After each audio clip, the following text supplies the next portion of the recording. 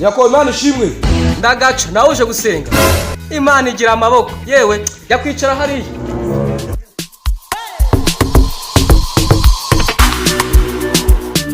Nyako wiriwe neza.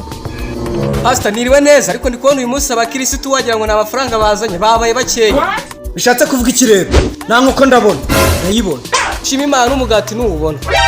Diakoni ushinzwe amaturo aturisha inote gusa. Apasiteri naho babuze.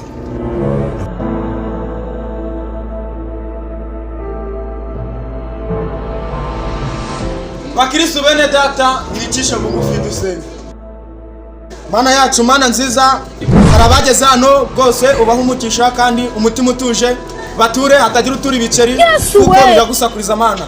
Abaciye mu marigara ubahereze guca mu nzu bagatuza bakaba abana beza. Twaje hano rwose tubisabye twizeye mu izina rya Yesu kure bidukora tukabona inote tukabura ibiceri. Amen. Ndabona abakristo bamwe bafashijwe.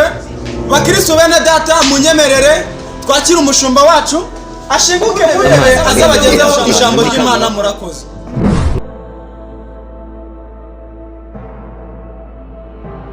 Bakristo bene data mwaramutse neza. Yego pastor. Reka twumve ijambo ry'Imana icyo rivuga. Tugiye gusoma Zaburi ibice 5 umurongo wa 25. Haravuga ngo nk'uko Imana yakunze abari mu isi cyane byatumye itanga umwana wayo w'ikinege kugira ngo umwizera wese atarimbuka ahubwo ahabwe ubugingo buhoraho. Kugira haleluya ariko. Amen. Yakoni yanyemerera akamfasha tukarimba akarimbo gaciya tugakomeza. Akawakabonye Imana.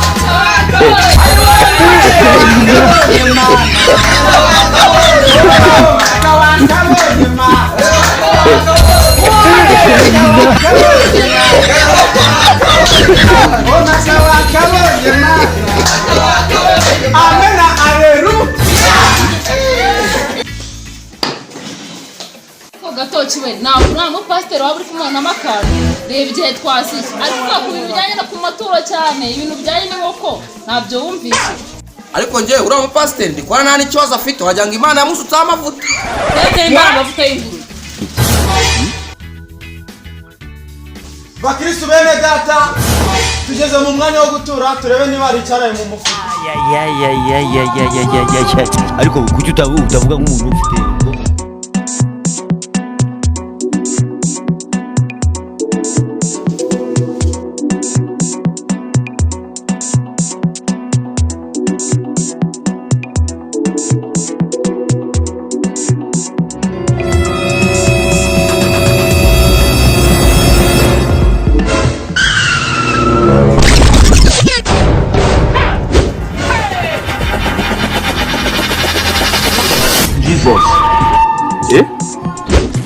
Ese muvandi amafaranga yose ubaza 500 nibonye gutura hano. Pastor nicyo cya 10 cyayo nungutse. Ejo ni mu giteraniro taza kubona ufashe isahani.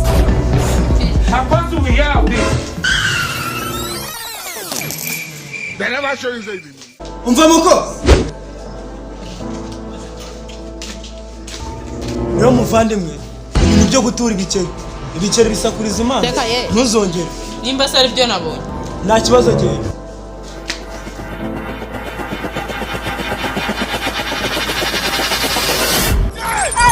Kosha nibyo nibicutu. Naribeshye. What?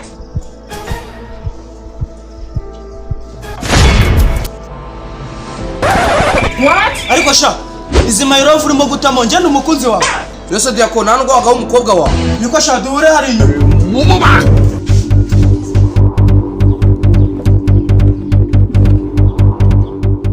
Pastor, uyu niwo mugingo urimo gutura parimanana bwa mayrofu. Kosha zano primaranda yita mu muri utazi. Ako se pasiteri uwo niwo muri rumbwiye ujyanyemo. Ahubwo se nakibiriti wanitwaje ngo ukinde. Assalamu alaikum wa alaikum maturo ya barakatu.